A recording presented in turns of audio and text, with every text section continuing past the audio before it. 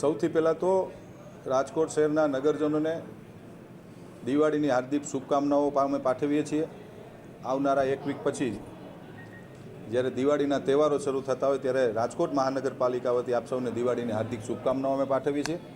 આજ રોજ રાજકોટ મહાનગરપાલિકાની સ્ટેન્ડિંગ કમિટીની બેઠક હતી। આ બેઠકની અંદર રાજકોટ શહેરના 18 વોર્ડની અંદર 418 કરોડ 74 લાખ જેવી માતબર રકમના ખર્ચે રાજકોટ શહેરના અલગ અલગ વોર્ડની અંદર વિકાસ કામોને આજે મંજૂરીની મહોર આપવામાં આવી છે। કુલ 84 દરખાસ્ત હતી, એમાંથી એક દરખાસ્ત આવક હતી કોર્પોરેશનની, જે પ્રદ્યુમન પાર્ક જૂની અંદર જે કેન્ટીનનો કોન્ટ્રાક્ટ છે એમાં આવક અમને ઓછી દેખાતી હતી, જેથી કરીને અમે એ રિટેન્ડરમાં મોકલીએ છીએ। અને એક દરખાસ્ત છે એ વધુ અભ્યાસ અર્થે અમે પેન્ડિંગ રાખી છે।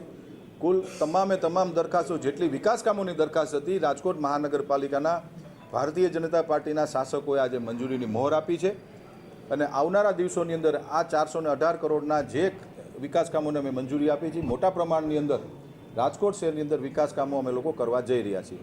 સમગ્ર ગુજરાતની અંદર સૌથી પહેલું અને આધુનિક વર્કિંગ વુમન હોસ્ટેલ બનાવવાની પણ આજે એક સુંદર અને સારી દરખાસ્ત હતી કે જે પ્રથમ વખત એક 5 સ્ટાર રેટેડ બહેનો માટેની 95 રૂમની એક વર્કિંગ વુમન હોસ્ટેલ બનાવવાની દરખાસ્ત હતી કે રાજકોટ શહેરના રહેતા, રાજકોટ શહેરમાં કામ કરતા બહેનો નજીવા દરે વર્કિંગ વુમન હોસ્ટેલની અંદર રહી શકે એના માટેની દરખાસ્ત હતી, જે પહેલી વહેલી ગુજરાતમાં આવડી મોટી વર્કિંગ વુમન હોસ્ટેલ રાજકોટ મહાનગરપાલિકા અટલ સરોવર સ્માર્ટ સિટીમાં બનાવવા જઈ રહી છે એની દરખાસ્ત હતી। એને પણ અમે લોકોએ મંજૂરી આજે આપી છે।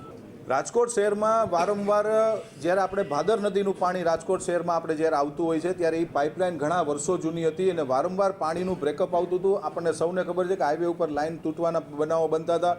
એટલે રાજ્ય સરકારમાં માનનીય મુખ્યમંત્રી શ્રી ભૂપેન્દ્રભાઈ પટેલ અને પાણી પુરવઠા મંત્રી કુંવરજીભાઈ બાવળિયા સાહેબને અમે લોકોએ પદાધિકારીઓએ રજૂઆત કરી હતી, તેના ભાગરૂપે અમને મંજૂરી આપવામાં આવી છે।